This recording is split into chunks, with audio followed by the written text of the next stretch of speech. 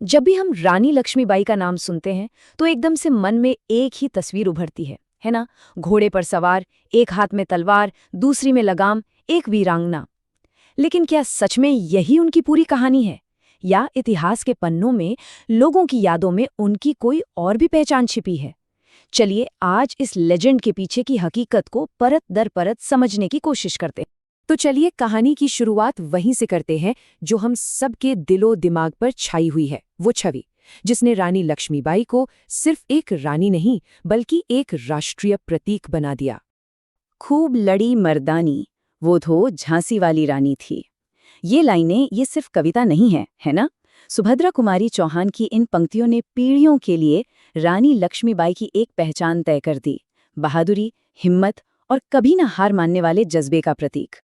जरा आंखें बंद करके सोचिए, एक रानी, घोड़े की पीठ पर कसकर बंधा हुआ उसका छोटा सा बेटा और हाथ में चमकती हुई तलवार। ये सिर्फ एक तस्वीर नहीं है, ये उस दौर के हर बंधन को तोड़ने वाली एक सुपर वुमन की कहानी है। एक माँ जो अपने बच्चे के लिए भी लड़ रही थी और अपने राज्य के लिए भी। यही वो लेजेंड है जिसे हम सब जानते हैं। लेकिन जैसा कि होता है, हर लेजेंड के पीछे एक असली कहानी होती है, एक वजह होती है। तो सवाल ये है कि आखिर वो क्या हालात थे जिन्होंने एक रानी को बागी बनने पर मजबूर कर दिया? क्यों उन्हें अपनी तलवार उठानी पड़ी? इस सब की जड़ें थी अंग्रेजों की एक पॉलिसी में, डॉक्ट्रिन ऑफ लैप्स। अब ये सुनने में तो एक कानून लगता है, लेकिन असल में यह अंग्रेजों का एक बहुत बड़ा राजनीतिक हथियार था। इस नीति ने साफ कह दिया कि अगर किसी राजा का अपना बेटा नहीं है तो गोद लिए हुए बेटे को वारिस नहीं माना जाएगा और वो रियासत सीधी अंग्रेजों की हो जाएगी। और बस यहीं से झांसी के संघर्ष की शुरुआत हुई। और फिर देखिए सब कुछ कितनी तेजी से हुआ। 1853 में राजा की मौत होती है और 1854 आते आते अंग्रेज झांसी पर कब्जा कर लेते हैं। सोचिए, सिर्फ एक साल के अंदर एक रानी से उसका राजपाट और एक माँ से उसके बेटे का हक सब छीन लिया गया।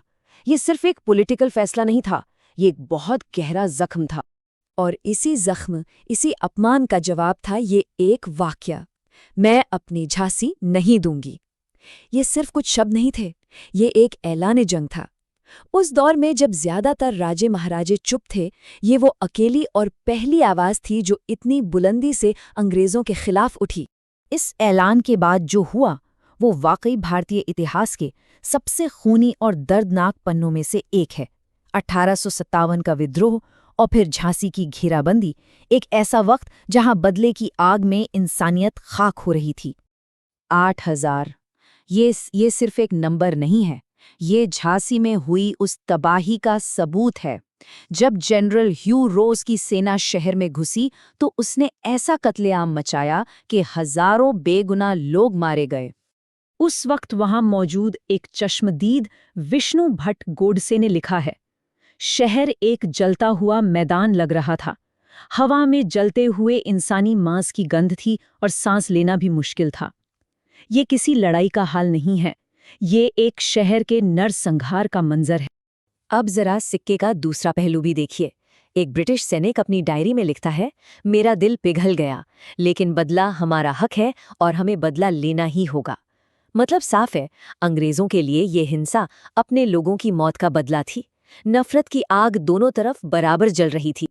लेकिन इतिहास सिर्फ वो तो नहीं होता ना जो सरकारी दस्तावेजों में लिखा जाता है। एक और इतिहास होता है, लोगों का इतिहास, जो उनकी यादों में, उनकी कहानियों में, उनकी गीतों में जिंदा रहता है। और ये कहानी अंग्रेजों के लिखे इतिहास से बहुत बहुत अलग है। महाश्वेता देवी जैसे बड़े लेखकों ने इसी फर्क को समझाया है। एक तरफ है ऑफिशियल हिस्ट्री, जो ब्रिटिश दस्तावेजों और इतिहासकारों पर आधारित है, जाहिर है उनके अपने नजरिए से लिखी हुई। और दूसरी तरफ है लोगों का इतिहास, जो बुंदेलखंड की लोक कथाओं और यादों में आज भी जिंदा है। तो लोगों की यादों में रानी कैसी थी? वो सिर्फ एक योद्धा नहीं थी, वो एक कमाल की शासक थी जो हिंदू मुसलमान में भेद नहीं करती थी। वो गरीबों को अपने मंदिर से खाना खिलाती थी। और सोचिए जरा, उस जमाने में उन्होंने औरतों की एक अलग फौज बनाई थी। सही मायनों में वो लोगों की रानी थी। और शायद यही वजह है कि बुंदेलखंड में आज भी लोग कहते हैं, रानी मर गए न होनी, अभी तो जिंदा हों। मतलब रानी मरी नहीं है, वो अभी भी जिंदा हैं। वो इतिहास के पन्नों से निकलकर एक विश्वास बन चुकी हैं, एक जीती जागती प्रेरणा। तो इन सारी अलग अलग कहानियों को मिलाकर देखें तो क्या मतलब निकलता है आज? रानी लक्ष्मीबाई की विरासत आज भी इतनी शक्तिशाली और साथ ही इतनी विवादास्पद क्यों बनी हुई है? देखिए उनकी कहानी को कैसे कैसे पेश किया गया है। एक तरफ अंग्रेजों के उपन्यास द रानी ने उन्हें बदनाम करने की पूरी कोशिश की, तो दूसरी तरफ आज के आधुनिक उपन्यास रानी ने उन्हें एक प्रतीक से ज्यादा एक इंसान के तौर पर देखने की कोशिश की, एक ऐसी औरत जिसकी अपनी एक अधूरी प्रेम कहानी भी हो सकती थी। पर शायद रानी लक्ष्मीबाई की असली ताकत का सबसे बड़ा सबूत उनके दुश्मन के शब्दों में ही है। जनरल ह्यू रोज, वो ब्रिटिश कमांडर जिसने झांसी पर कब्जा किया, उसने खुद कहा था, वे सभी भारतीय नेताओं में सबसे खतरनाक हैं। तो हाँ, ऐतिहासिक रानी की मृत्यु भले ही हो गई हो, लेकिन उनका जो प्रतीक है वो आज भी जिंदा है, कभी एक राष्ट्रीयवादी नायक के रूप में, कभी एक नारीवादी प्रतीक के रूप में, और हमेशा अन्याय के खिलाफ लड़ने की एक कभी न खत्म होने वाली कहानी के रूप में। तो आखिर में बस एक ही सवाल बचता है, इतिहास क्या है? वो जो लिखा जाता है या वो जो याद रखा जाता है? रानी लक्ष्मीबाई की कहानी हमें बार बार ये सोचने पर मजबूर करती है कि हम जिस इतिहास को जानते हैं, क्या वो पूरी सच्चाई है?